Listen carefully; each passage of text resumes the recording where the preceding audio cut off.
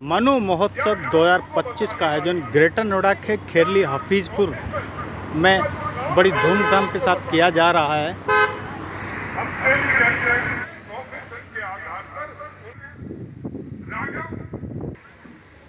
मनु ने कभी नहीं कहा कि भाई ये जाति है, वो जाति है, वो जाति है। गुण कर्म स्वभाव के आधार पे आप ब्राह्मणों को बहुत ज्यादा मैडम नहीं करते थे। वो जितने होटल्स और ये जितनी हॉस्पिटल आता है, जब हम सर्विस कह रहे हैं तो वो आपको अच्छा लग रहा है, किसी को आपत्ति नहीं हो रही, क्योंकि वो अंग्रेजी का शब्द है। और भी उसको सेवा कह दिया। दूतों के बारे में, दलितों के बारे में या शुद्ध समाज के बारे में ईंधन के कहीं वचन थे, वो भी ला करके उन्होंने खड़े कर दिए और इसका अंग्रेजों ने अपने राजनीतिक फायदे के लिए उपयोग किया। उन्होंने जातियों का परिगणन कर दिया। अरे SC/ST किसने बनाया जी? अंग्रेजों से पहले ये SC/ST कहाँ होता था? कोई SC/ST के नाम से नहीं, परंतु उन्होंने हर ग्रुप को, किसी ग्रुप को नहीं छोड़ा कि तुम ये हो, तुम वो हो। उन्होंने वो इतिहास बनाया जिससे कि वो कास्ट सिस्टम को लेकर के उसका राजनीतिक फायदा जो है वो उठा सके। और यही हुआ। आज जो लड़ाई हो रही है वो हमारे अपने सिस्टम की लड़ाई नहीं है, जो अंग्रेजों ने सिस्टम पैदा किया।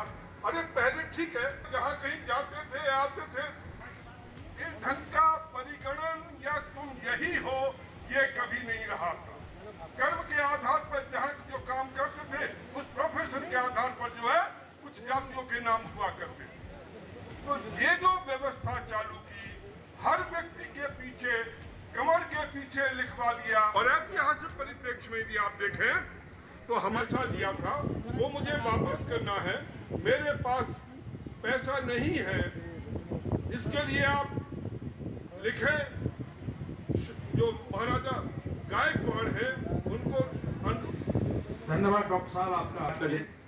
तो हमारे इमिलिया से कुछ गौरक्षक साथी हैं भाई आर्य समाज का प्रेरक मंच की अर्जी हमारे इस कार्यक्रम के आयोजक सम्माननीय बाबूजी डॉक्टर राकेश कुमार जी, उनके साथी भाई सागर खारे जी, उपाध्यक्ष महोदय जी, समस्त बैठे हुए धर्म प्रेमी सज्जनों, मातृशक्ति प्यारे भाई और बहनों, एक भजन के माध्यम से आपका थोड़ा समय है। जाने का फिर से ये संसार, मनु क्या कहता है, जानेगा फिर से ये संसार। मानव की कथनी करनी, मानव की कथनी करनी, सच्चा व्यवहार मनु क्या कहता है, जानेगा फिर से ये संसार। मनु क्या कहता है, जानेगा फिर से ये संसार। समय का अभाव, जल्दी से अपनी बात को कहने का प्रयास करूं। ब्रह्म जन्म जो वेदा अध्ययन के बिन सूत्र रहेगा। ब्रह्म जन्म जो वेदा अध्ययन के बिन सूत्र रहेगा। अभिवादन विधि ज्ञान नहीं तो ये जग सूत्र कहेगा। अभिवादन विधि ज्ञान नहीं तो ये जग सूत्र कहेगा। ब्राह्मण भी शूद्र बने कर, ब्राह्मण भी शूद्र बने कर, कुसंग आचार मनु क्या कहता है, ओ जानेगा फिर से ये संसार। मनु क्या कहता है, जानेगा फिर से ये संसार। जो वेद पढ़ने से वंचित, जो विद्या से वंचित है वो शूद्र ही तो है। और अगली कली में क्या लिखा? ब्रह्म सूत्र में दीक्षित होकर, ब्रह्म सूत्र में दीक्षित होकर मानव द्विज बन जाता। ब्रह्म सूत्र में दीक्षित होकर मानव द्विज बन जाता। इस कंद पुराण भी पढ़ कर देखा, जन्मना सूत्र बताता। जो हमें पढ़ने को मिलती है, जन्मना जायते सूत्र संस्काराद द्विजुच्यते, इस बात को तो स्कंद पुराण भी कहता है। ब्रह्म सूत्र में दीक्षित होकर मानव द्विज बन जाता। इस कंद पुराण भी पढ़ कर देखा, जन्मना सूत्र बताता। तीनों वर्णों में जाता, तीनों वर्णों में जाता, पाके संस्कार मनु क्या कहता है। जानेगा फिर से ये संसार। जो धर्म जिंदा रहता है वो जिहादियों, मूर्खों, कट्टरपंथियों के हाथों में चला जाता है। ऐसे में प्रगतिशील विचारों वाले व्यक्ति या तो मार दिए जाते हैं या निर्वासित कर दिए जाते हैं। धर्म के लिए मिली कि अभी हमें धर्म से काम करना चाहिए। महानतम अभी अधर्मयुक्त संत अल्पकृष्ट एवं सुख सुदुखान अमुच से दे जीर्ण तोषम युवा सर्पमुच। वर्ण व्यवस्था वेदों ने दी, ऋषियों ने समझाया है, अपना शब्द एक नहीं डाला, ये ढोंग निकाई मसाला है। इन ऋषियों ने एक सूत्र का जातिवाद का विष गोला है पोपों ने। और पुरुषार्थ पर पानी फेर देना ये हल्की बात होती है। हाँ, इतनी हल्के में कह दिया सबके सामने और आपने ताली बजा दी उस पर। जो वो कारवां आगे चलता रहेगा, आगे बढ़ता रहेगा, कोई रोकने वाला नहीं है। आगे और चिंतन बढ़ेगा, और चिंतन बढ़ेगा, मंथन बढ़ेगा, और जाकर के हमको घृत पात्र मिलेगा, वो अमृत मिलेगा, जिसके लिए हमने आज यहाँ से मुहिम शुरू की है। गौतम बुद्ध नगर में ये पहली बार आर्य प्रतिनिधि सभा के तत्वाधान में मनु महोत्सव का आयोजन बड़ी धूमधाम के साथ किया जा रहा है। आप इसमें चीफ गेस्ट के रूप में आज आए हैं, क्या कहना चाहते हैं, क्या मूल उद्देश्य है, और एक भ्रांति की एक समाज के वर्ग में महर्षि मनु के प्रति कैसे दूर किया है? देखिए, ये अपने आप में बहुत अच्छी पहल है कि इस प्रकार का कोई कार्यक्रम अभी तक हमने आर्य समाज के मंच से देखा नहीं, और निश्चित रूप से ये सामयिक पहल है, इसकी आवश्यकता है। क्योंकि दलित समाज में जिस ढंग से विभ्रम फैल रहा है, जिस ढंग से वो हमारे से दूर होते जा रहे हैं, बहुत से बौद्ध हो रहे हैं, बहुत से इस्लाम में कन्वर्ट हो रहे हैं, बहुत से क्रिश्चियन हो रहे हैं, क्योंकि वो यही कहते हैं कि देखिए साहब, हिंदू धर्म में छुआछूत, ये वो ऐसा माना जाता है, वैसा माना जाता है, और मनु को वो इसके लिए जिम्मेदार ठहराते हैं कि मनु ने जो है जाति व्यवस्था जो है चालू की है, जबकि मनु के द्वारा ऐसा कुछ नहीं किया गया। ये अंग्रेजों की चाल थी। अंग्रेजों ये कास्ट सिस्टम को अपने फायदे के लिए उपयोग करना चाहते, और जो कास्ट सेंसस की भी, उसके पीछे भी उन्होंने यही उद्देश्य बताया था कि शासन को मजबूत करने के लिए ये जरूरी है, अपने शासन को मजबूत करने के लिए। तो वो ब्रिटिश शासन को यहाँ पर मजबूत करना चाहते थे, और इसलिए इस ढंग की चीजें जिससे कि समाज में आपस में मतभेद पैदा हों, वो सारी चीजें जो है जानबूझ करके लाई गई।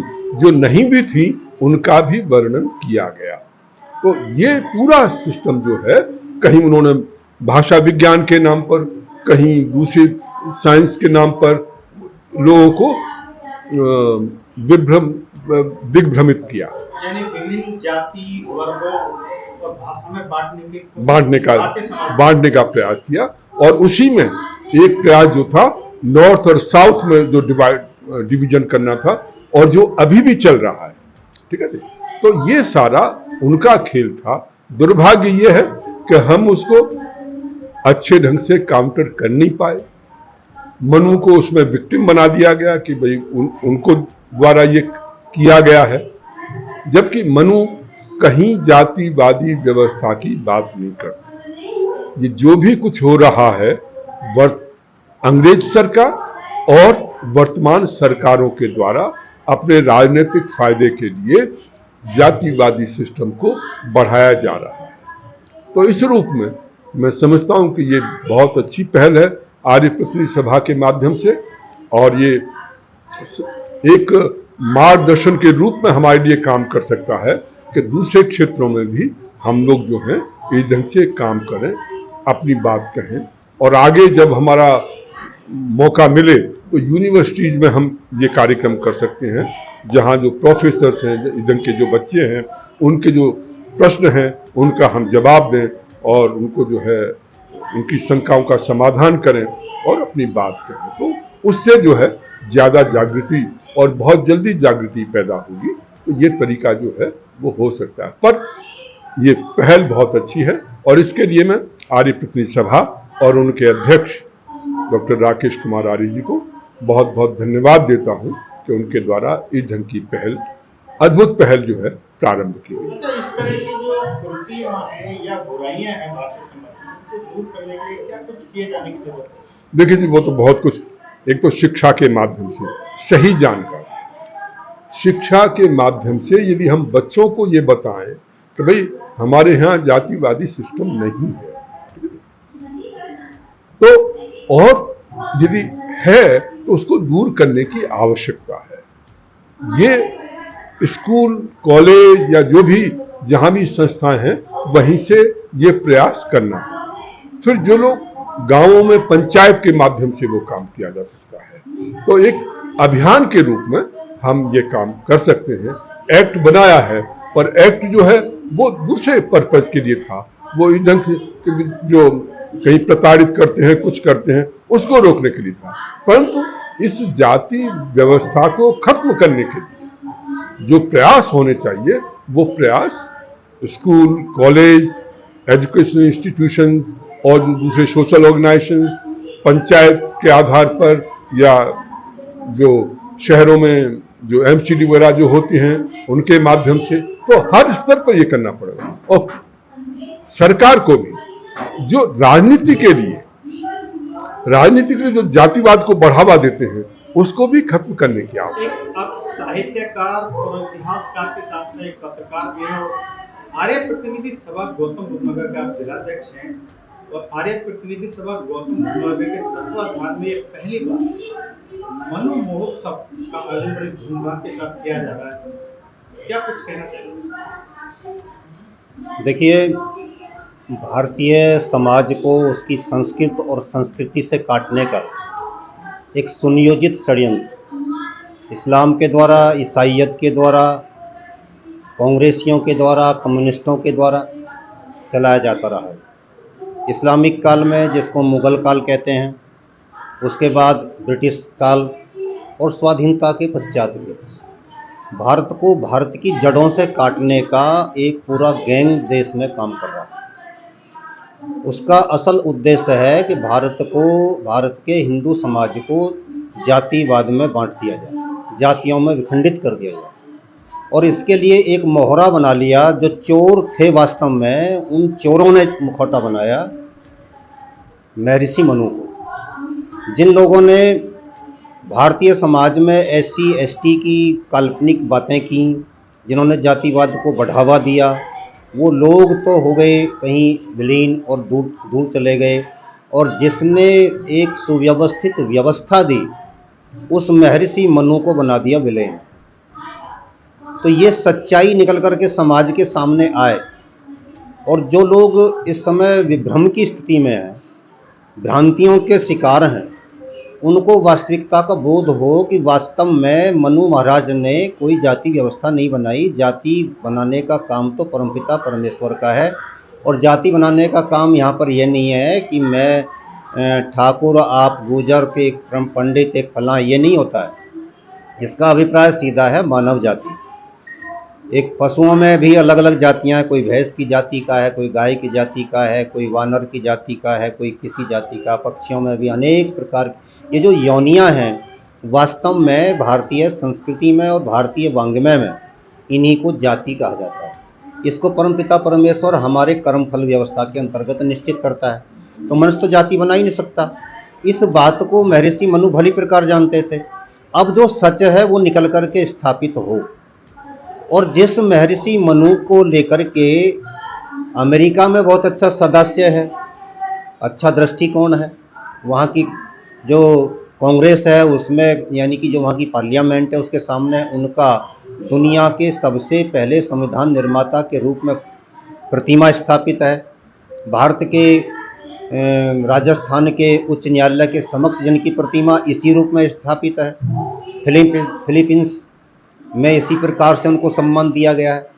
तो और जावा है, सुमात्रा है, बोर्नियो है, कंबोडिया है, इंडोनेशिया है, चीन है, बहुत सारे देश ऐसे दुनिया के हैं जिनमें उनको संसार का आदि संविधान निर्माता या लॉ गिवर के रूप में सम्मान दिया जाता है। लेकिन भारत में इसका उल्टा हो गया। इसी दृष्टिकोण को दृष्टिगत रखते हुए हमने यहाँ पर विभिन्न विद्वानों को, राजनीतिक चिंतकों को, मनीषियों को आमंत्रित किया। वही आपका क्या विचार है और यह कैसे एक मुहिम चले, कैसे हम वास्तविकता को लोगों तक पहुँचाने में कामयाब हों, कैसे वास्तविक अर्थों को संदर्भित करते हुए हमारे पाठ्यक्रम में आवश्यक संशोधन हो, वहाँ से अच्छे बच्चे निकलें, यानी कि जो हमारी वास्तविकता को जाने, मनु की वास्तविकता को जो जाने, वेदों की वास्तविकता को जाने। तो ये सारा का सारा सिलेबस पर भी डिपेंड करेगा। उसकी भी हम आगे चल कर के मांग करेंगे कि सिलेबस में आवश्यक सुधार हो। राष्ट्र निर्माण पार्टी है, आर्य समाज है, और समविचारक दल हों चाहे समविचारक संस्थाएं हों, संस्थान हों, हम इसमें कोई किसी तरीके का कोई ये संकीर्ण दृष्टिकोण नहीं अपनाएंगे कि केवल हमारा एजेंडा होगा या हम केवल हम ही लेकर के चलेंगे। जो भी समविचारक दल हैं या समविचारक संस्थाएं हैं, वो सारी की सारी इसको लेकर के आगे बढ़ें, जिससे कि हमारी भारतीय संस्कृति का, वैदिक संस्कृति का आधार हम खोज सकें और उसको बचाने में हम सफल हो सकें, और भारत को वास्तव में भारत के रूप में स्थापित करते हुए विश्व गुरु के रूप में मान्यता दिलाने में हम सब सामूहिक रूप से सफल हों। यही इसका उद्देश्य है। भारत को समझो अभियान हम चला रहे हैं, और भारत को समझो अभियान के अंतर्गत महर्षि मनु को भी समझो। महर्षि मनु वास्तव में कहते क्या थे, उनका चिंतन क्या था, उनका दृष्टिकोण क्या था, यही बताना हमारा उद्देश्य है। अब सर यहाँ एक सवाल आता है, बाबा साहेब डॉक्टर भीमराव अम्बेडकर को देश का एक बड़ा विद्वान माना जाता है।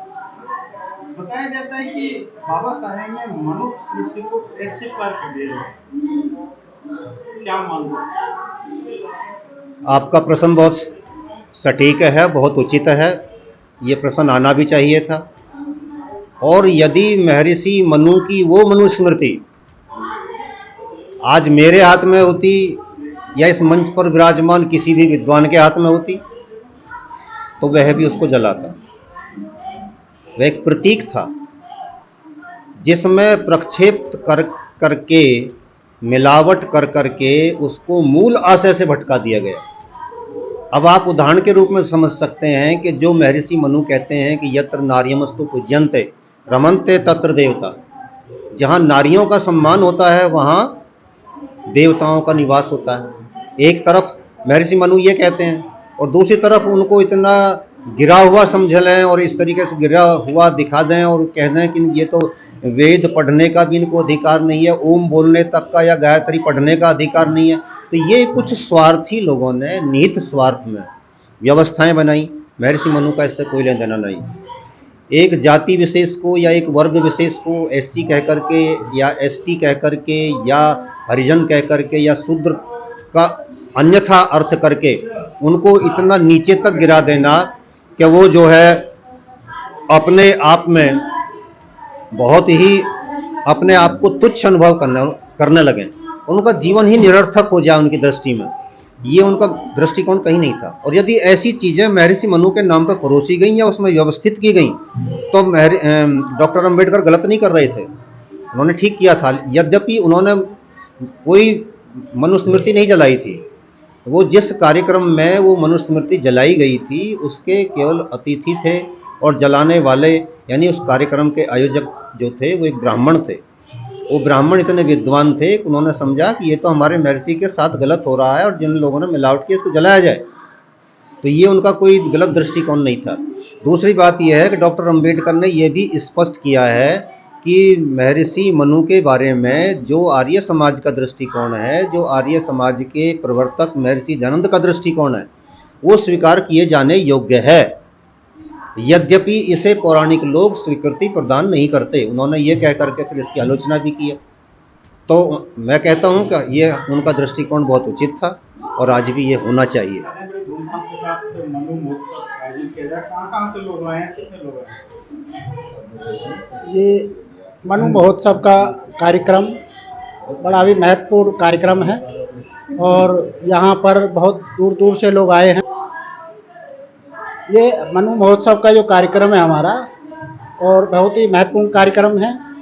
ये पूरे भारतवर्ष में पहली बार मनाया गया है।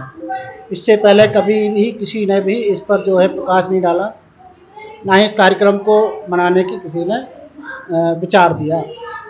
इसी में हमारे दूर दूर से काफ़ी गेस्ट लोग आए हुए हैं। आज कार्यक्रम का दूसरा दिन है, कौन चीफ गेस्ट हैं? हाँ, और कौन उद्घोषक हैं? आज के हमारे जो गेस्ट हैं आईपीएस हमारे अरविंद आईपी से रहे हैं और एसएसपी भी रहे हैं, हमारे क्षेत्र के भी रहे हैं और वैसे भी रहे हैं। तो इनको हमें मुख्य रूप में आज आमंत्रित किया है। और इन्हीं के साथ में डॉक्टर सतपाल जी भी हमारे बागपत से आए थे, वो भी हमारे चीफ गेस्ट रहे हैं आज के। उन्होंने भी अच्छे हमें वक्तव्य दिया, अच्छी बातें बताई उन्होंने। मनु के ऊपर में विधान बताया हमें और मनु की बातें बताई उन्होंने, किस तरह का हमारा समाज था, किस तरह का आज हमारा समाज को बिगाड़ा जा रहा है, समाज में कुरीतियाँ फैलाई जा रही हैं मनु के प्रति, मनु के विधान को गलत बताया जा रहा है। जबकि जो एक मनुष्य स्मृति जो मुख्य थी उसको तो अलग हटा दिया गया और एक मिश्रित और उसमें मिलावट करके उसको पेश किया गया डॉक्टर अंबेडकर के सामने। तो उन्होंने उसको गलत माना तो उन्होंने उसको जलाया था।